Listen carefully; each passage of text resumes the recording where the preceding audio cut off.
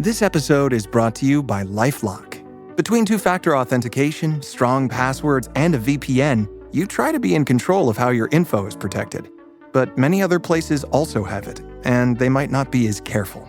That's why LifeLock monitors hundreds of millions of data points a second for threats. If your identity is stolen, they'll fix it, guaranteed, or your money back. Save up to 40% your first year. Visit lifelock.com/podcast for 40% off. Terms apply. What up, y'all? It's Joe Budden, here to talk about Prize Picks. Prize Picks is the best place to win real money while watching football. You can get up to 100 times your money. Prize Picks will give you $50 instantly when you play your first $5 lineup. You don't even need to win to receive the $50 bonus. It's guaranteed. Just download the Prize Picks app and use code SPOTIFY. That's code SPOTIFY on Prize Picks to get $50 instantly when you play a $5 lineup. Prize Picks. Run your game. Must be present in certain states. Visit prizepicks.com for restrictions and details. This is a Rogue Media Network podcast.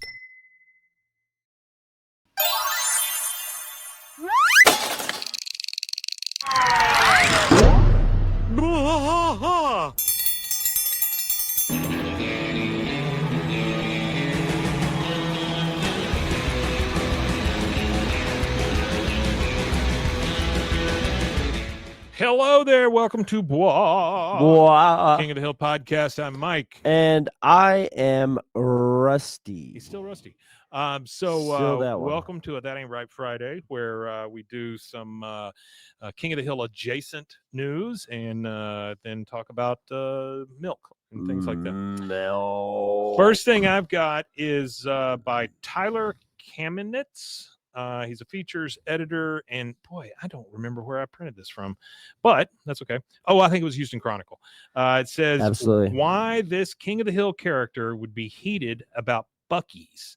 There's at least one thing Hank Hill would hate about Buc-ee's. Oh, about Buc-ee's? I think Hank would love Buc-ee's. No, Hank would. No, you know what? The reason why Hank would love Buc-ee's is because they pay fair. Mm-hmm.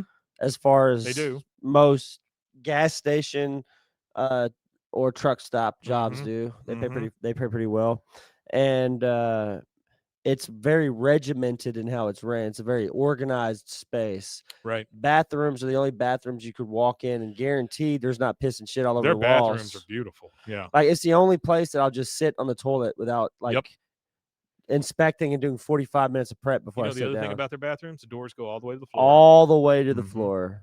HEB does a good job of that as well. Yeah, they do a pretty good job. Yeah. Okay, so it says, no one on God's green earth loves propane as much as Hank Hill. Despite the fictional character from King of the Hill being a proud Texan, his deeply rooted love for propane could be the reason he has beef with an iconic Texas-born business, Buc-ee's.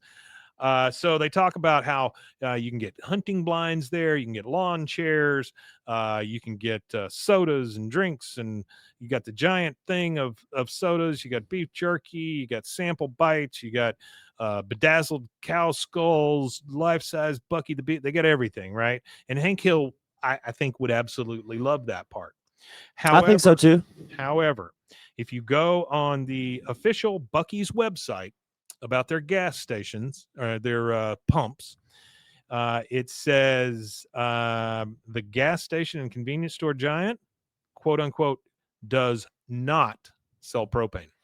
Oh, they don't sell propane? That's what it says. They also don't let big trucks in their driveways either. Yeah, I said they reach out. 18-wheelers can't stop. Like, it's funny because sometimes you'll see on social media pages and stuff like that, truck drivers bitching. They're like, man, I just wanted to pull into a Buc-ee's for 5 seconds to take a piss, and they would tell me I had to leave. And I'm like, they wouldn't even let you piss. Like, they're really, really strict. They're really strict about it. Yeah. If you pull up in an 18-wheeler, you won't make it to the door before an attendant is running out to you saying, "Hey, you got to get your truck out of here, bud. This is not for you. This is for travelers." Because they do, like, I mean, well, you're flying. They need to separate them. Do a good job. They do that, and that's what I love about Buc-ee's is they had the great idea to separate the two. You could still go in there with an RV if you got an RV, but it's specifically for travelers. When there used to be so many different things on, like, you know, on the old highways like Route 66 that were just for travelers, things like that. Yeah, Stuckey's was Buc-ee's before Buc-ee's. Yeah, but they also had stuff for just travelers all down Route 66. Like, they had gas stations that were just for cars. They had things that catered just to car culture, and that's the reason why we have shit public transportation systems. Well, if you look at It's something because of that like car culture, but still. like I say, Flying J, and those folks, they do a Yeah. really good job with like QT truckers. does too. QT You does know, a good QT job. does a good job with truckers. Well, without Yeah. truckers, that's another non-trucker space. I Well, think. QT has it completely separated on the other side. Yeah. You know, which is good. But like, Oh, you go into some a flying, QTs. you go into a Flying J. The new one they just built on my side of town Yeah. doesn't have a trucker. You go It's into not for Flying truckers. J. I mean, they got the showers. They take care of truckers. You know, which you need that as well. Yeah. So I old- like Buc-ee's. I don't understand The forbidden why everybody Flying J showers. I don't understand why everybody loves the. They need logo to so hire much, but somebody from logistics, from Buc-ee's to Flying J to get those showers to the same quality that Buc-ee's bathrooms are. you know that Buc-ee's does not sell any of their merchandise online. It's all in store, yeah. It's all in store. You know why they do that? There is a guy Yeah, that goes and buys it from them in by the bulk. pallet and sells it, and Buc-ee's is okay with it because they don't want that business. They don't want to be in that business. No, they don't. Well, and also being in that business too, I don't think really is. It takes away from their brand. I feel like because their brand is a traveling stop. So Right. if anybody could get their product, it's not as special as It's kind of like getting standing at like Arizona has that travel center at the border or whatever of Arizona, New Mexico, and you stop and they got T-shirts that say, "I'm standing at the Arizona border." Like those shirts and those things, they're not meant to be ordered. Like I'm not meant to sit at home here in Texas and order I walked across the Brooklyn Bridge T-shirt. You know what I mean? Those kind of things are meant to be seen, kind of thing. Absolutely. Yeah. All right. The second one I have is I don't know what this website is. It's called Pajiba. Is that how you say that? Pajiba. Pajiba? I don't even want to try. Old school, biblically independent. Not sure what that means either. But the article is who did Hank Hill exciting. It does. Who did Hank Hill vote for in the last 3 presidential elections? This was written literally yesterday by Andrew Sanford. He talks about how he's impressed by the new season and how it's returning and things like that, because all of these have to address that part of it. Everybody's got to address it. Yeah. We're back. It says Greg Daniels, who co-created the show with Mike Judge, was recently asked by the Hollywood Reporter if Hank voted for our current president. Daniels noted that Hank would probably have some problems with a real estate billionaire from New York who has a gold toilet. He didn't stop there, however. He went on to say, I don't know who he would vote for now. And that's kind of how the show treated Hank as well. So it makes sense that the answer is somewhat clear to this author. He says, if not a little complicated. Hank is committed to the Republican Party, so he likely voted that way in 2016. I think Daniels is correct in that Hank would have issues with the former host of The Apprentice because he was from New York. But hey, so is Hank. Hank was born in a bathroom at Yankee Stadium. A New Yorker, a bathroom New Yorker. He was born in a bathroom at Yankee Stadium. And says part of the episode that happened includes Hank realizing he was born in one of the least favorite places doesn't make him any less of a Texan or an American. It's part of Hank's charm. He often grows. That's really good. Says to that end, I could see him making a similar defense when he's going into the voting booth in 2016. There's a lot more not to like about that year's candidate for the GOP, but that doesn't mean Hank didn't square some things up in his head. Hank Hill is not a racist, not a bigot. And I can absolutely see him bristling at some of our current president's rhetoric. But he also thought that George W. Bush having a limp handshake was unjustifiable. Boy, have we come a long way. We have. Yeah, definitely. Regardless, here we are decades later, and Hank is fawning over the man because, they went to the museum and all that stuff. 2020 may have been a different story for a couple of reasons. Joe Biden feels more like the kind of left-wing politician Hank could get behind, if not strictly for his lengthy political record. Plus, if we're following the show's timeline, Hank would have been in Saudi Arabia at the time and could not have voted. Yeah, he could have. So that's good. No, or he could have absentee. Yeah, right? absentee, yeah. Saving himself from any potential nerves or embarrassment. So they're saying he could have voted for Biden because he could do it with an absentee ballot. 2024, let's not pretend that infamous attempted assassination and subsequent reaction wouldn't have blown some wind under Hank's sails. I think Hank is someone who would have taken January 6th personally, but plenty of people who did were still convinced years later the man who caused it wouldn't do so again. There's certainly a world where Hank privately voted left again, but I doubt it. There will be another season of King of the Hill, so maybe we'll get some of the answers to these questions. Yeah, hopefully.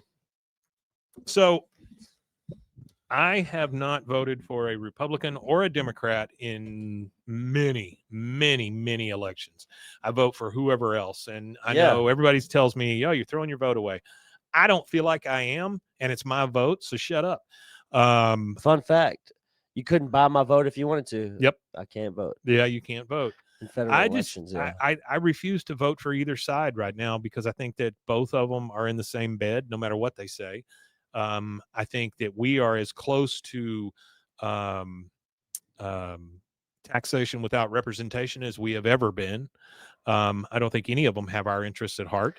It's time to put the tea in the harbor. It is time to put the tea in the harbor. It's time the harbor, to put mate. both parties to bed. I think there is no other better time to have a third party than now. I think, but the problem with these third parties like Green Party or Libertarians, which Libertarians I feel like I identify with the most, they're just not organized enough and there's not enough money behind them. You know, that's the problem with I identify with Rastafarians the most. Rastafarians. Ja live. But like Democrats and Republicans, you know, they've got these giant money machines behind them. That's the problem. It's money, you know, it's greed, it's power. So representation or taxation without representation to me just keeps rattling around in my head. And I just want to play dominoes on a dock by the sea. I agree. I don't want to have to think about all the shit that we're thinking about these days. Also, Namaste. What I would rather think about is the story I saw 2 days ago where a U.S. missile bounced off a UFO. Oh, yeah, that's crazy, right? Yeah, I saw that. Insane. I watched that video like 100 times. Yeah, that was a crazy little video. And yes, we both saw it, but is it a big deal? No. You know what I mean? Like at this point in our why are UFOs world, not that big of a deal all of a sudden?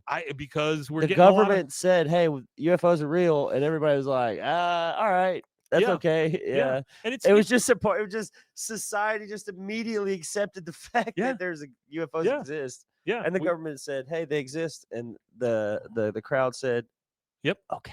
We live in some really weird times, guys, and you know, things like this show. Where were you when the world stopped turning? this show that we do, King of the Hill show, my stupid scam bait videos, things like The Office, The Paper. Those are the things I actually care about because I don't have to think about them. You know, I don't feel responsible for. I like looking for 35mm scans of movies I'll never watch. Absolutely. And I think we all need to do that a little more often. Do the things you like to do rather than the things that society is telling you to do. Yeah, do whatever you want to do. Well, I don't know about whatever you want to do because that's within reason. Yeah. Now we're in a purge situation, but within reason. Obviously. Yeah, within reason. That's the thing about search for 35mm movies that you've seen in 4K and you'll never watch them in 35mm. You just want to say that you know where they're at.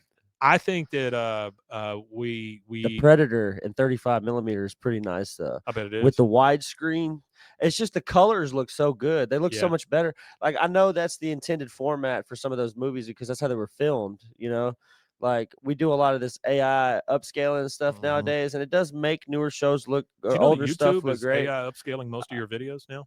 Oh, they are? Mm-hmm. No, I didn't know that. Yeah. Yeah, either way. We live in some weird times, guys. Yeah, weird times. Weird times where and they're slowly showing us that we can't really believe anything we see. So just be careful out there. Love the people that are in your life. Love the things that you do. You only have so much time on this spinning rock, and you know, it's if you don't do the things that you love, then the regrets will follow you to the grave. And gotta do what you love. That's what I'm doing right now. You got to. That's what we're doing. That's what this podcasting is us doing what we like. Well, if anybody else wants to do what they like, how can they reach us?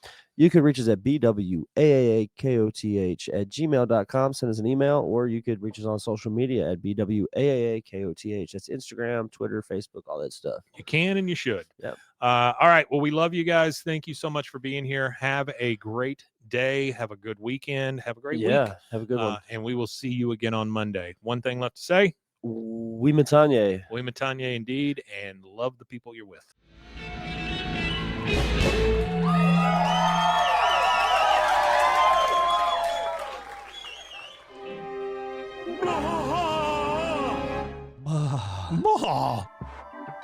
This has been a Rogue Media Network production.